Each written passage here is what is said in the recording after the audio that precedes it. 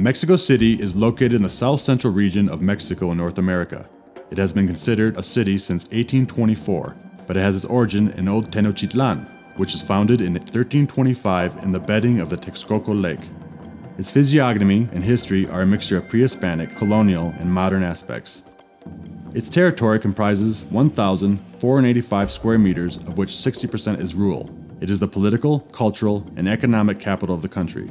45% of all national industrial activity is located within the city and houses most of the governmental offices, national and international business centers, and majority of cultural activities.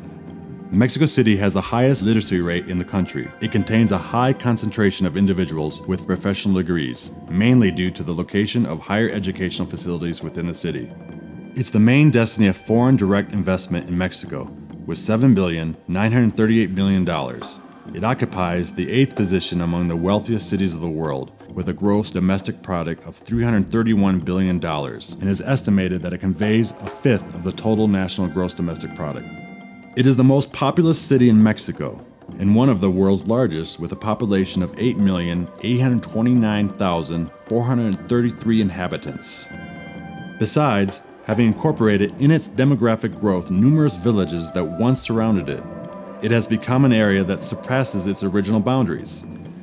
It now extends over 40 counties within the state of Mexico, and 1 county within the state of Hidalgo, with a total present metropolitan population of 19,704,125 inhabitants, containing 20% of the country's total population. It is one of the most culturally diverse regions in the country. 62 indigenous groups are represented, both native and migrants, as well as important population groups from other states and countries. All native languages are spoken, mainly Nahuatl, Otomi, Mixteco, Zapoteco, Mazahua. The Valley of Mexico metropolitan area has 3,219 square kilometers and is considered the largest of the Western Hemisphere, and the second largest urban conglomerate in the world after Tokyo. Even with all its advantages, today Mexico City is considered one of the 30 most polluted metropolises in the world due to its breadth and population density. The city exerts a continuous pressure on the environment, making its inhabitants vulnerable to poverty and social inequality. Si no se toman las medidas adecuadas para proteger el medio ambiente, nuestra urbe será en el corto plazo un lugar inhabitable. 3,700,000 private vehicles travel throughout Mexico City daily. 325,000 tons of carbon dioxide is emitted in the atmosphere each year due to high concentrations of private vehicles, which represent 15% of the total daily travel. In contrast, 82% of the trips are done through 138,000 public transport units, with an annual carbon dioxide emission of 180,000 tons. Nuestra ciudad todos los días quema 45 millones de litros de gasolina y de diésel. 45 millones de litros. Todos los días. Y eso es lo que estamos respirando, y es lo que están respirando nuestros hijos, y estamos provocando cambio climático en todo el mundo. The average speed of traveling through the main avenues has decreased significantly. In 1995, the average was 38 kilometers per hour. In 2004, 27 kilometers per hour. Today, it varies from 20 to 21 kilometers per hour. The problem of mobility in Mexico City, there are a lot of problems, and all of them have an impact on the quality of life of the inhabitants. But 2 of the most important ones, I would say, are the time we spend as we move, which we have an estimation that it's around 3 hours a day, which if you consider of a lifespan of a person who lives 70 years, it's more than 7 years of his or her lifetime. No? So that's a lot of time spent.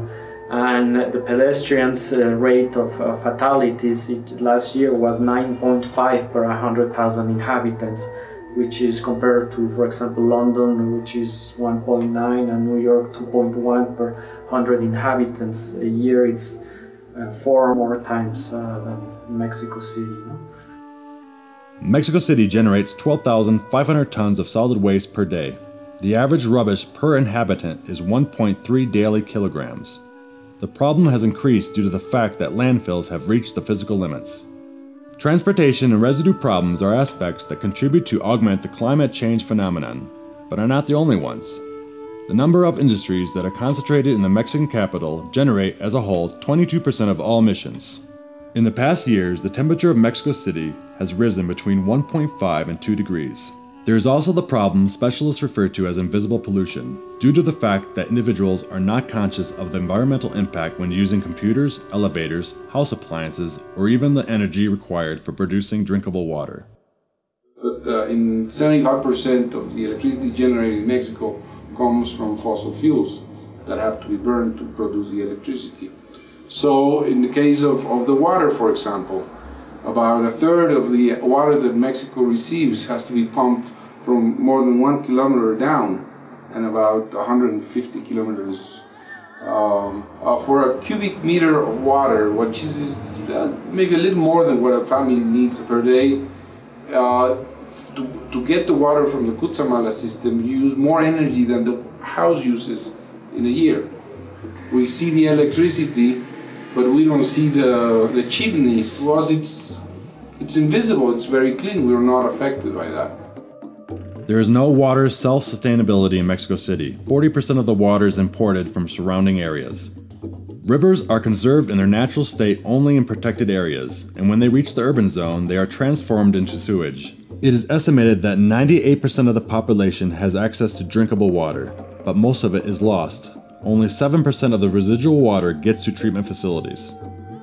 Rural areas are categorized as environmental conservation areas, but in the past 60 years, a hectare has been lost daily due to irregular land appropriation, deforestation, and illegal cutting of trees, among other problems. This circumstance endangers the existence of endemic animal and vegetation species, placing Mexico City in a critical condition due to the fragility of the environmental services that it requires. Las zonas de conservación están estrechamente ligadas a la disponibilidad de agua para la Ciudad de México. Son zonas que son muy importantes de conservar y de entender el rol que tienen para esta ciudad. Representan las zonas de mayor capacidad de infiltración para recarga de mantos acuíferos de la Ciudad de México. Mexico City now has arrived at a critical juncture, and we must take action to ensure our own survival and future livelihood. We have shown in the past that the city is capable of dealing and managing different urban trials with success. In view of the challenge before us today, we are certain to transcend it with clear and precise strategy.